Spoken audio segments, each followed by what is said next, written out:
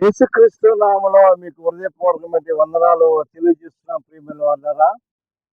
మరో మాట, చక్కటి మాట, బంగారు లాంటి మాటలు నేను మీకు తెలియజెప్పాలని ఆశ కలిగి ఉన్నాను ప్రియమైన వాళ్ళారా.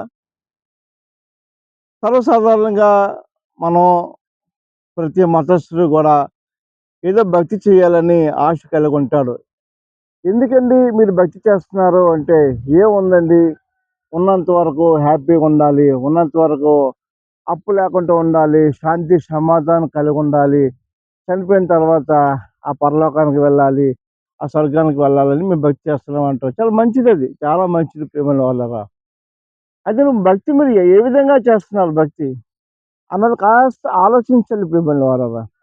భక్తి చేస్తున్నాం అనే ముసుగులోని తాగడం భక్త, సిగరెట్ కాల్చడము భక్త, లేకపోతే ఈరోజు పెద్ద పండగ వచ్చింది, పెద్ద బాణసంచులు కాల్చాము అన్నది భక్త, లేదంటే నేను ఒక యూనిఫామ్ వేసుకున్నాను, నేను భక్తిగా ఉన్నానంటే అది అది భక్త, లేదు అంటే నేను పేకాట ఆడుతున్నాను, ఇది భక్త, మందు తాగడము భక్త. ఇవేమీ భక్తి కాదు ప్రేమల వాళ్ళరా. ఆలోచించండి కాస్త.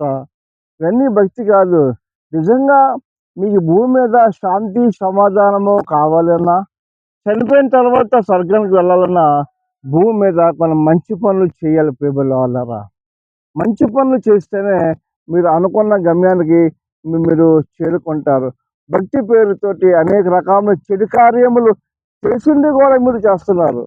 మీకు తెలుసుండి మరి ఆ చెడ్డ కార్యాలకు ఎందుకు వెళ్తున్నారు మీరు? మీకు తెలిసింది మీకు అన్నీ కూడాను. కానీ మిమ్మల్ని ఏదో ఒక శక్తి మిమ్మల్ని ఆ విధంగా దేవుని వైపు కాకుండా మరొక దారి వైపు మళ్ళిస్తుందని కాస్త ఆలోచించాలి ప్రియమైన వాళ్ళరా. కాబట్టి దేవుడు దేవుని యొక్క కుమారులుగాను, దేవుని యొక్క కుమార్తెలుగా ఉన్న మనము, దేవుడు నిజంగా ఎటువంటి క్రియలు చేశాడో, దేవుడు ఎటువంటి పనులు చేశాడో మనం ఆ పనిలో మనం పాల్గొవాలి. ఆయన చెప్పు చేతలో మనం ఉండాలి. మీరు ఒక మతాన్ని నమ్ముకున్నారు, వెరీ గుడ్, చాలా మంచిది. మరో మతం దగ్గరికి వెళ్ళి గోల చేయడము, మరో మతం దగ్గరికి వెళ్ళి కేలగా మాట్లాడము, మరో మతం దగ్గరికి వెళ్ళి వాళ్ళు తిట్టడం, కొట్టడం, బూతులు మాట్లాడడము ఇది భక్తి అనుకుంటున్నారా? ఎంత మాత్రం భక్తి కాదు ఇది. భక్తి అంటే ఒకరికి మనము ప్రేమ చూపించాలి. భక్తి అంటే ఒకరిని మనము క్షమించాలి. భక్తి అంటే మనం ఒకరికి కనికరం చూపించే విధంగా ఉండాలి, ఒకరు సహకారిగా ఉండాలి. బట్టలు లేని వారికి నా బైబిల్లో ఏముందంటే, భక్తి ఏదనగా మరి భర్త చనిపోయినటువంటి ఆడవాళ్ళ దగ్గర మనం వాళ్ళు పరామర్శించి వాళ్ళ క్షేమాన్ని తెలుసుకొని వారికి అవసరాల్లో ఏ అవసరమో అవి అందించాలన్నది భక్తి బైబిల్ నేర్పించిందండి. ఏం నేర్పించిందంటే, ఆహారం లేని వారికి ఆహారం ఇవ్వమని చెప్పి నేర్పించింది నా బైబిల్. వస్త్రం లేని వారికి వస్త్రాన్ని ఇవ్వమని నేర్పించింది నా బైబిల్. అలాగే జైల్లో నలిగిపోతున్నారు పాపం, వాళ్ళని వెళ్ళి పరామర్శించాలని చెప్పింది నా బైబిల్. శత్రువులు సైతము కూడా వారి కొరకు, వారి క్షేమం కొరకు ప్రార్థించేమని నేర్పించిందండి బైబిల్. అంత మంచి బైబిల్ పట్టుకొని ఈరోజు మత పుస్తకం అంటున్నారు. నిజానికి భక్తి అంటే చెలి వ్యసనాలు కాదండి.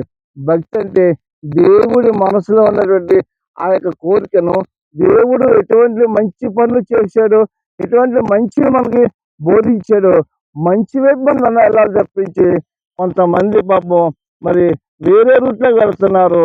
దేవుడు ఎంతో మీ అందు దుఃఖిస్తాడు, మీకు తెలియట్లేదు.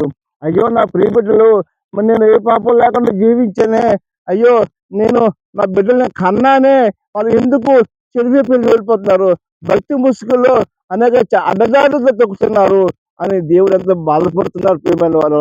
ఇప్పుడు మీకు తెలియదు, తర్వాత పరిస్థితులు చాలా ఘోరంగా ఉంటాయి ప్రియమైన వాళ్ళ. కాబట్టి మీరు కాస్త ఆలోచించండి. భక్తి అంటే చెలిమార్గం కాదు. భక్తి అంటే మంచి మార్గము. ప్రేమ చూపించండి, కనికరం చూపించండి, ప్రేమ చూపించండి, ఒకరిని మరి దయ చూపించండి, క్షమించండి. ఇవి చేస్తే దేవుడు మరి మిమ్మల్ని మెచ్చుకుంటారు ప్రియమైన వాళ్ళారా. దాన్నే మారు మనసు అంటారు. కాబట్టి ఆ మారు మనసు గురించి బైబిల్లో ఎంతో చక్కగా వ్రాయబడిన గ్రంథం గురించి కొంతమంది ఏమంటారంటే, ఇది మత పుస్తకం అంటున్నారండి. ఇది మత పుస్తకమా చెప్పండి? దేవుడి దగ్గరికి వెళ్ళడానికి మంచి మార్గమైనటువంటి మంచి గ్రంథం అండి. గ్రంథాలు మరి ఫాలో అయితే మరి మీ జీవితాలు బాగుపడతాయి. తర్వాత అది మీ ఇష్టం.